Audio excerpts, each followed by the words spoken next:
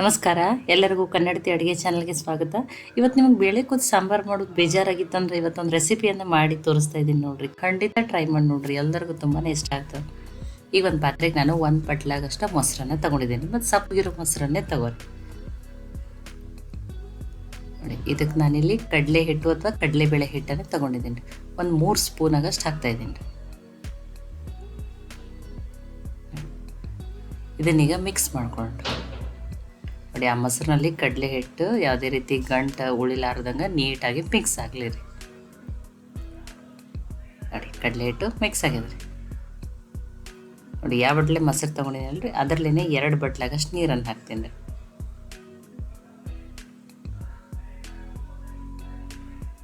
ನೋಡಿ, ಈಗ ಇದನ್ನು ಮಿಕ್ಸ್ ಮಾಡ್ಕೊತೀನಿ ರೀ. ನಿಮಗೆ ತೆಳು ಬೇಕೋ ಗಟ್ಟಿ ಬೇಕೋ ನೀವು ನೀರನ್ನು ನೋಡಿ ಹಾಕ್ಕೊಂಡು ಅಡ್ಜಸ್ಟ್ ಮಾಡ್ಕೋಬೋದು. ಇದನ್ನು ಸೈಡಿಗೆ ಇಡ್ತೀನಿ ರೀ.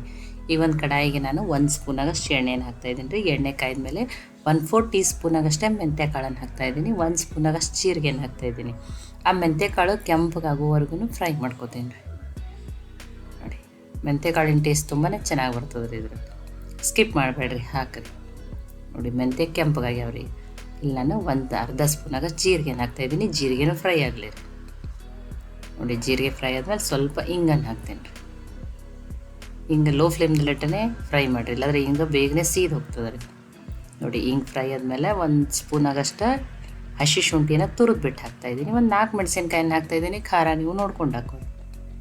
ಈಗ ಶುಂಠಿ ಮೆಣಸಿನ್ಕಾಯಿನೂ ಚೆನ್ನಾಗಿ ಬೇಯಲಿದೆ. ನೋಡಿ, ಮೀಡಿಯಮ್ ಫ್ಲೇಮ್ದಲ್ಲಿಟ್ಟೇ 1 ನಿಮಿಷ ಆಗಷ್ಟು ಬೇಯಿಸ್ಕೊಂಡಿದ್ದೀನಿ ರೀ ನಾನು. ನೋಡಿ, ಈಗ ಇದು ಬೇಯ್ದವ್ರಿ. ಒಂದು ಸ್ವಲ್ಪ ಅರಿಶಿನ ಹಾಕ್ತಾಯಿದ್ದೀನಿ, 1/4 ಟೀ ಸ್ಪೂನಾಗಷ್ಟು. ಒಂದು ಸ್ವಲ್ಪ ಕರಿಬೇವು ಸೊಪ್ಪು ಎಣ್ಣೆಯಲ್ಲೇ ಹಾಕೊಂಡ್ರಿ. ಅರಿಶಿಣನೂ ಕಲರು ಚೆನ್ನಾಗಿ ಬಿಡ್ತದೆ ರೀ ಇದು. ನೋಡಿ, ಈಗ ಅರಿಶಿಣನೂ ಬೇಯ್ದದ, ಕರಿಬೇವು ಸೊಪ್ಪು ಬೇಯ್ದದ ರೀ. ಇದಕ್ಕೆ ನಾನು ನೋಡಿ ಮಿಕ್ಸ್ ಮಾಡಿ ಕಡಲೆ ಹಿಟ್ಟು ಮಿಕ್ಸ್ ಮಾಡಿ ಇಟ್ಕೊಂಡಿದ್ದಲ್ಲ ಮಜ್ಜಿಗೆಲ್ಲ ಅದನ್ನು ಹಾಕ್ತಾಯಿದ್ದೀನಿ. ಇದಕ್ಕೊಂದು ಸ್ವಲ್ಪನೇ ಇನ್ನೊಂದು 2 ಸ್ಪೂನಾಗಷ್ಟು ನೀರನ್ನು ಹಾಕಿದ್ದೀನಿ ರೀ. ರುಚಿಗೆ ತಕ್ಕಷ್ಟು ಉಪ್ಪು.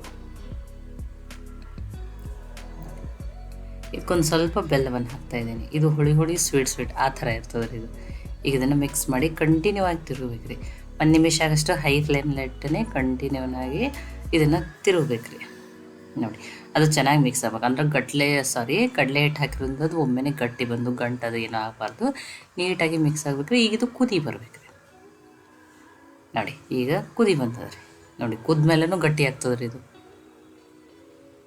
ನೋಡಿ, ಕುದ್ದು ಮತ್ತು ಆರಮೇಲೆ ಇನ್ನೂ ಗಟ್ಟಿ ಆಗ್ತದೆ. ಅದಕ್ಕೆ ನೀವು ನೀರನ್ನು ನಿಮ್ಗೆ ತೆಳು ಬೇಕೋ ಗಟ್ಟಿ ಬೇಕೋ ನೋಡಿ ಹಾಕೋರಿ.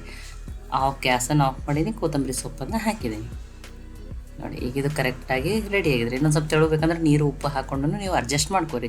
ಈಗ ಬಿಸಿ ಆಗಿರೋವಂಥ ನಾವು ಕಡಲೆ ಹಿಟ್ಟು ಹಾಕಿರುವ ಮಜ್ಜಿಗೆ ಸಾರು ಅಂತ ಕರಿತೀವಿ. ಇದನ್ನು ಕೆಲವರು ಕಡಿ ಅಂತಲೂ ಕರೀತಾರೆ. ಸಾಯಂಕಾಲ ಅಥವಾ ರಾತ್ರಿ ಅಡುಗೆ ಮಾಡೋಕ್ಕೆ ನಿಮ್ಗೆ ಬೇಜಾರಾಗಿತ್ತಂದ್ರೆ ಅನ್ನ ಮಾಡ್ಕೊಂಡು ತಿಂದ್ರೂ ಟೇಸ್ಟ್ ತುಂಬಾ ಚೆನ್ನಾಗಿರ್ತದೆ ರೀ. ಈ ರೆಸಿಪಿ ನಿಮ್ಗೆ ಇಷ್ಟ ಆಗಿದ್ರೆ ಲೈಕ್ ಮಾಡಿ, ಶೇರ್ ಮಾಡಿ, ಕಮೆಂಟ್ ಮಾಡಿರಿ. ಖಂಡಿತ ಟ್ರೈ ಮಾಡಿ ನೋಡಿರಿ. ಮತ್ತೆ ಒಳ್ಳೆ ರೆಸಿಪಿ ಜೊತೆ ಸಿಗೋಣ. ಎಲ್ಲರಿಗೂ ಧನ್ಯವಾದಗಳು.